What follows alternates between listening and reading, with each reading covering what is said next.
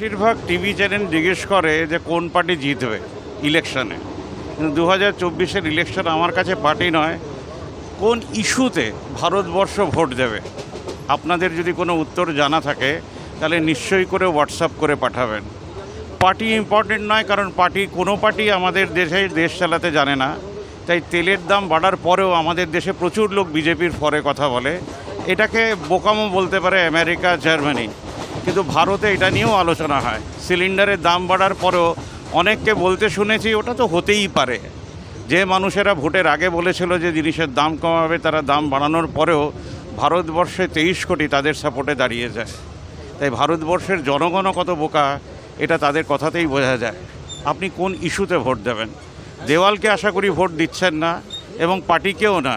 ইস্যুকে যদি ভোট দেন, আপনার ইস্যু কোন পার্টি তুলে ধরছে এবং তারা আদৌ ইলেকশনের পরে সেটাকে রাখবে কিনা, দ্যাট ইজ ভেরি ইম্পর্ট্যান্ট। ভাবনামুখ দেখবেন, ভাবনামুখকে সাবস্ক্রাইব করবেন, আর উত্তরটা পারলে নিশ্চয়ই করে পাঠাবেন। ধন্যবাদ।